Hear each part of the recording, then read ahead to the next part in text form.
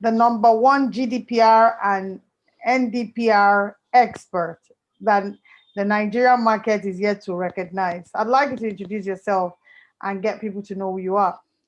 I thank you, Messi, for this conversation. My name is Boje. I won't bore you with all my career. I started from IT uh, to being business analyst, service transition manager, and the last 5-6 years, I've totally been dwelling on data protection, specifically on GDPR and the most recent NDPR, which is the Nigerian Data Protection Regulation. So I've helped organizations to get to compliance with the regulation GDPR. I've worked on major organizations ranging from pharmaceutical to non-profitable organization in various roles. The last 4 or 5 roles I've been data protection officer, helping organizations to comply with the requirements of GDPR.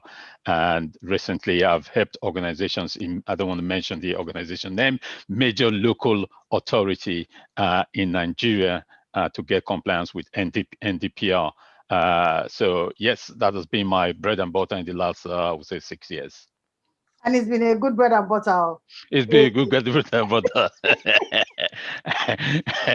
If I'll Okay, use one, the proper butter, blue band. you have elevated from blue band to mandarin. Okay, now very quickly, I'm new to GDPR. What is GDPR? What do you even mean by GDPR, NDPR? I mean, people don't understand. Can you Okay. tell us? Yeah, GDPR is basically an European data protection regulation that was brought in 2018.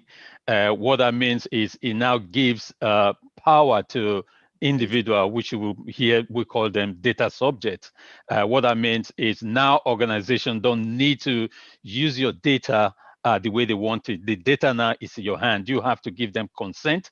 It's basically protecting how organization will handle your data, how they protect it. So back in the days, you see people can just take your data and send and market different stuff to you. But the era of GDPR, you cannot do that. And if you, although it's an European data law, but if you provide services, product and services to the EU market, then you need to comply with this regulation. It's a very, very robust regulation that covers everything data protection and privacy. So that is where Nigerian data protection regulation got its own, I would say, inspiration from. So if you look at the Nigerian data protection regulation, it's similar to GDPR. So meaning organizations in Nigeria don't need to use your data unlawfully. They need to have a lawful basis of them holding it. They must be fair and transparent with what they do with your data. And the Nigerian data protection regulation, I find a lot of organizations, but I'm still surprised they've not yet named those organizations. So the law is in Nigeria. Yes, it's a baby step, but I see that that regulation going forward in this year that we're entering. And coming to LEARNTOR, right? We had a GDPR, NDPR class, yeah, for the cohort 1. And we had 2 converts that became GDPR Wiz. I mean, based on that backdrop behind me.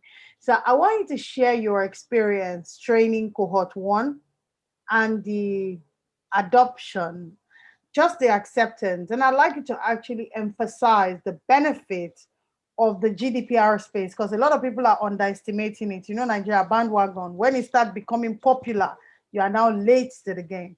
So I'd like you to speak on cohort 1 training and the experience as well.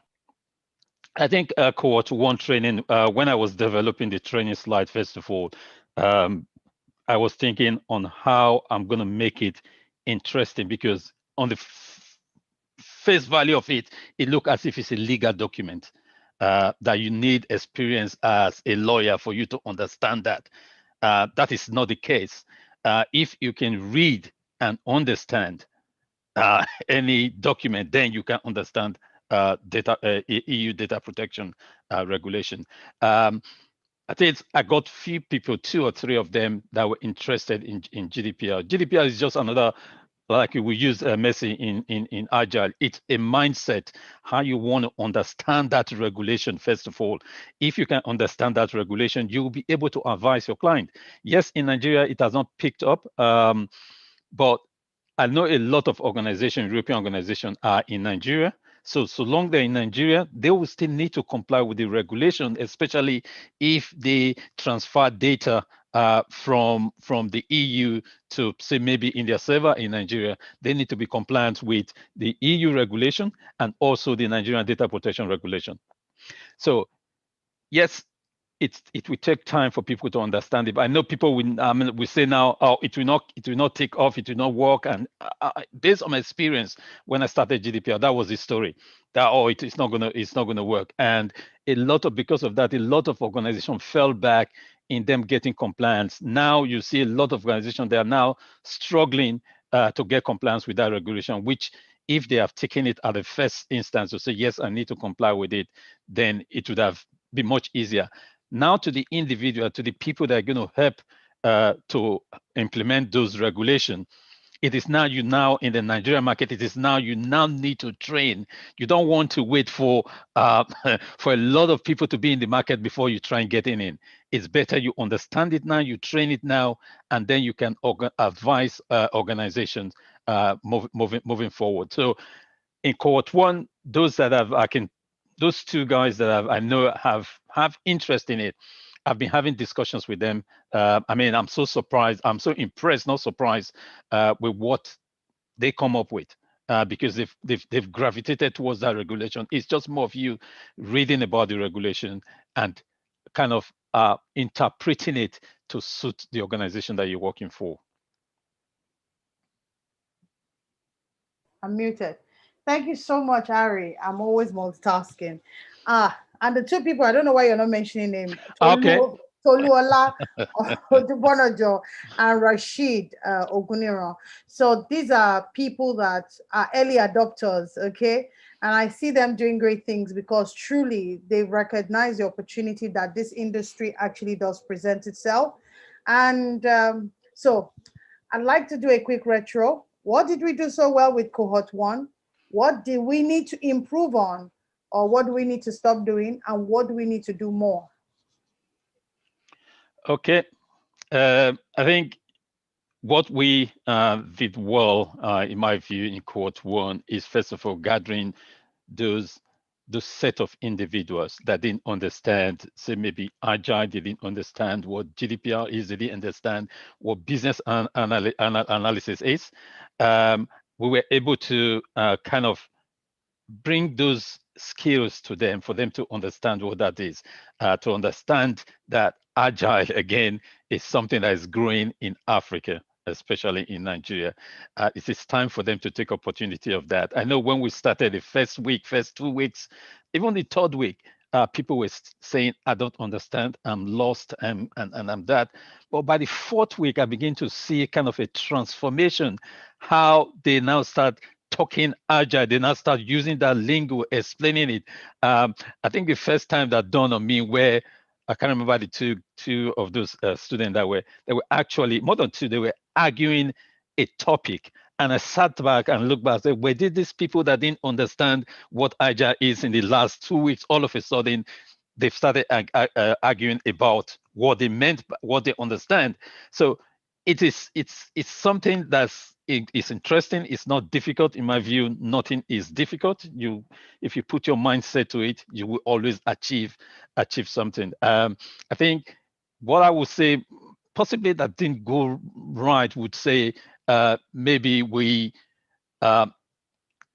didn't actually put each of this topic in, say, once you finish one, you move to the other one. We try to cramp everything into them. And so doing, we made some people confused. It took them time for them to come back and understand what was going on. And even that was why it was the 8 weeks went into maybe 13 or 14 weeks, because we now had to put more effort for them to kind of bridge those gaps where they lost on the track when we were giving them those training.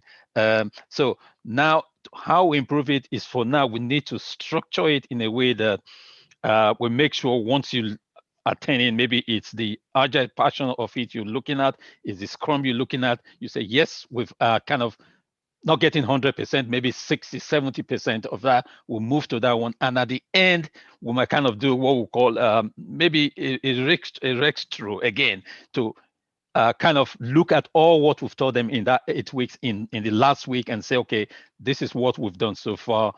Do you have any other question we might add to it? I think that would better. Yes, I know it's as we go from one cohort to the other, we're going to be improving. Continuous improvement. That's what the agile that's one of the things that agile promotes. I actually want to give a shout out to Dr. Oyebola Omoya. She's the one that actually prompted me. I've been wanting to do this retro with all the facilitator in the last 3 weeks. So I had a conversation with her, and I knew that I needed to have this session with all the facilitator.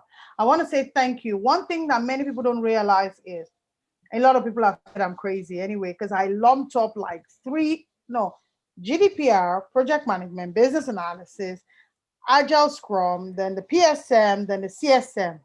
7 in 8 weeks, 3 months. It was a suicide mission, and I think we overloaded them, and data equally informed us that they were overloaded, and that's why one of the reasons for cohort 2 we streamed it down. We're still going to be running GDPR, by the way. It's going to be a standalone program that you can actually sign up. Details is going to be on the website. Please, when you go to the website, be kind. I'm a mother of 6 children, even a grandma, by the way. So, and I'm the one building my website by myself. So please be kind. Any information whatsoever you need is going to be on YouTube. Please watch it. There's so much information, content from us.